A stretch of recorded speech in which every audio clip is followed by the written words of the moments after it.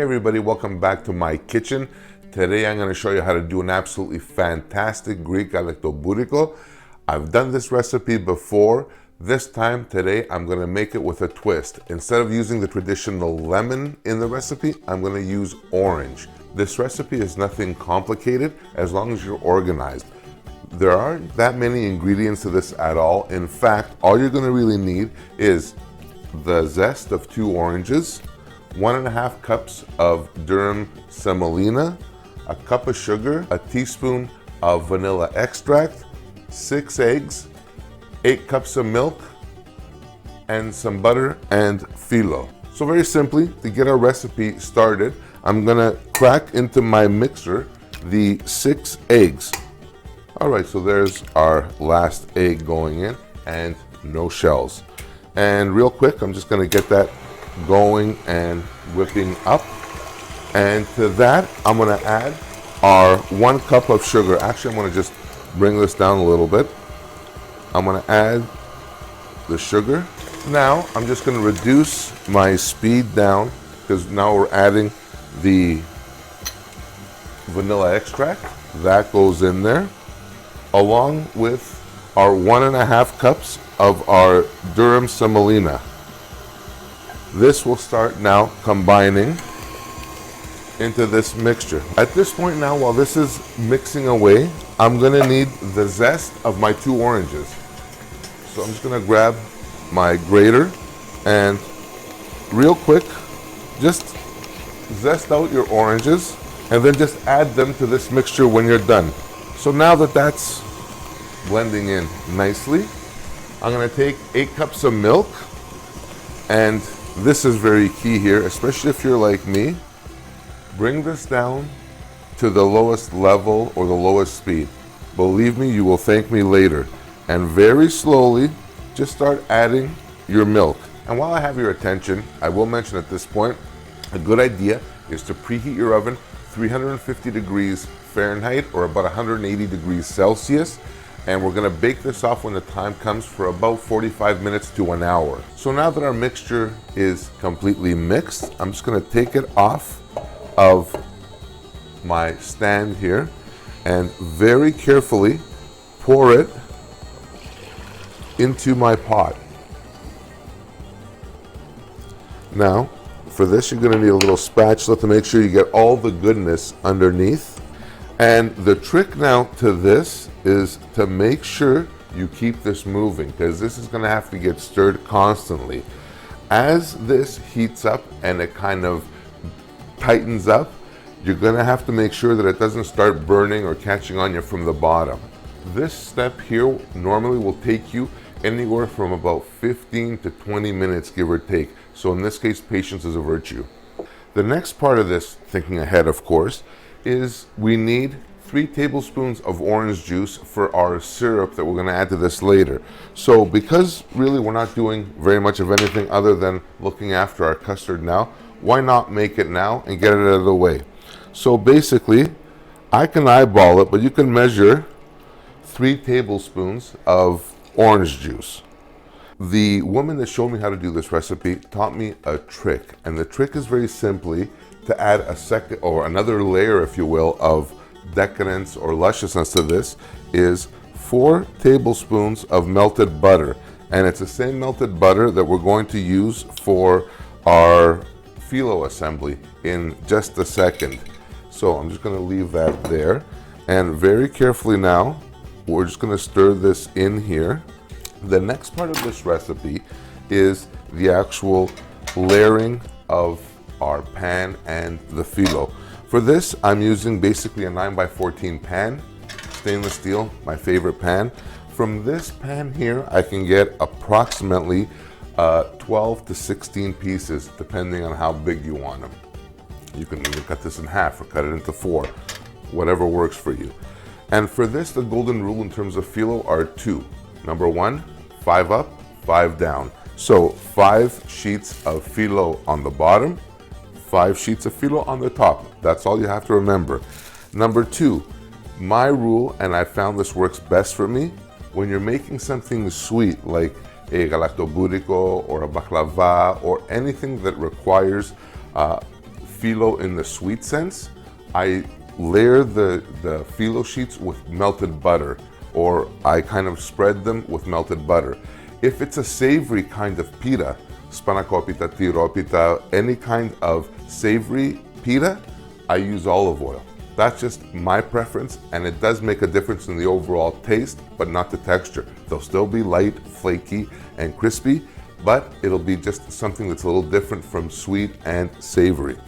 So now, first things first with my assembly of our Galaktoboureko, and that is to line the interior of the pan in every nook and cranny with our melted butter.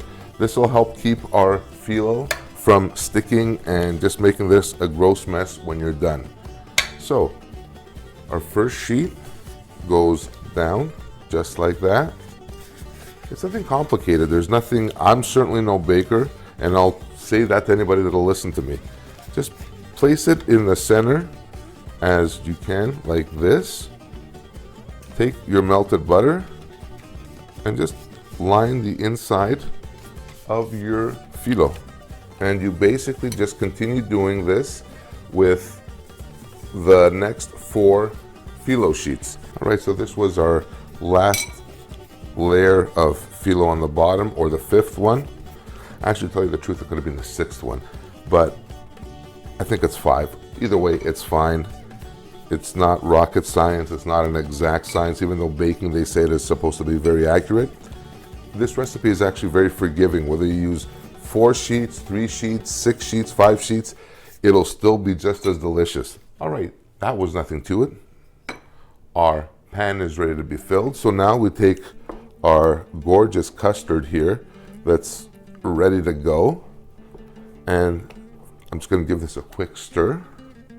And very carefully, without burning yourself, fill your pan up and try and smooth it out the best that you can.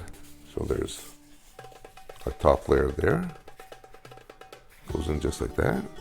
And make sure you touch, it's making contact with your custard, so kind of seals it in, if you will. So basically for this, what you're going to do is take your outer overlapping layers and cover them up or spread them with butter, just like this, very, very quickly. It doesn't have to be anything intense or anything perfect. Just make sure that they're all covered. And now that you've kind of combined your upper and lower crusts or phyllo layers, flip them just like that. It doesn't have to be anything pretty, believe me. That's basically our Galaktoboureko ready to go in the oven, except for one thing, and this will help you and make your life easier in the end. Score the upper 2 or 3 layers of phyllo with a very sharp knife or a serrated knife, just to get your kind of slices going. So in this case, I'm feeding a crowd, so I'm gonna make more pieces that are smaller. Basically, all you do is just kind of cut it, score it very carefully, so it's not going all the way down into the custard, but you just want to make kind of an ear mark or dog ear, pig's ear, whatever you want to call it, kind of guide, so that way when it's baking, it comes out. I'll show you how it separates, and it's actually going to be absolutely fantastic. And again on this side, that's the Galaktoboureko at this point. I'm going to pop this into my 350-degree oven for about 45 minutes to an hour. Keep an eye on it. You want this to kind of turn brown and flaky, but you don't want to burn it.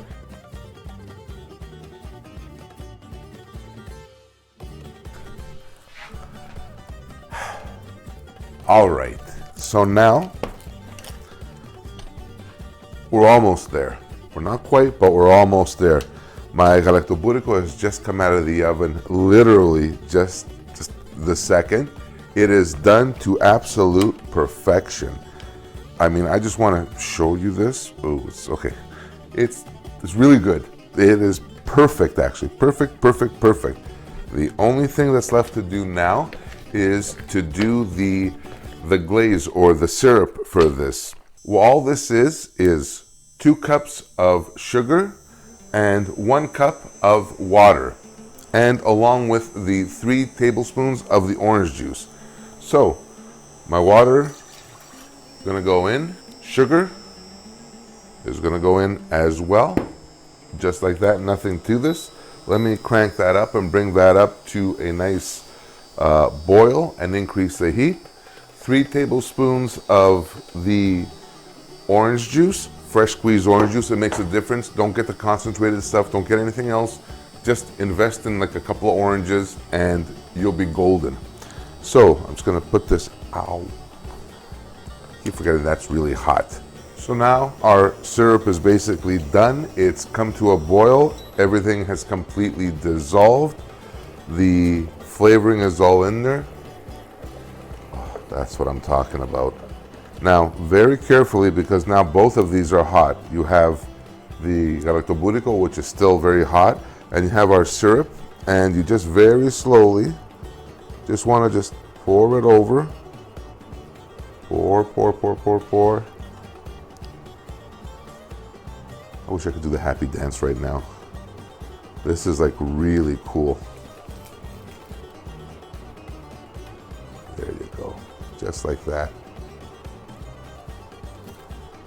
Now, what you're gonna do at this point is just kind of leave it for just a few seconds, just to kind of let it get all absorbed and all nice and kind of incorporated in there.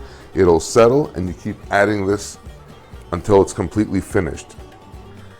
And this, my friends, is my kind of refreshed take on the classic Galaktoboureko. It's very simple to make, nothing complicated, just organize yourself. That's all you have to do. Basically, the only difference from the traditional time-tested recipe is I used orange instead of lemon. So that's it for this episode on my new kind of twist on a classic Greek Galaktoboureko. I hope you guys enjoyed watching this. I had a blast making this.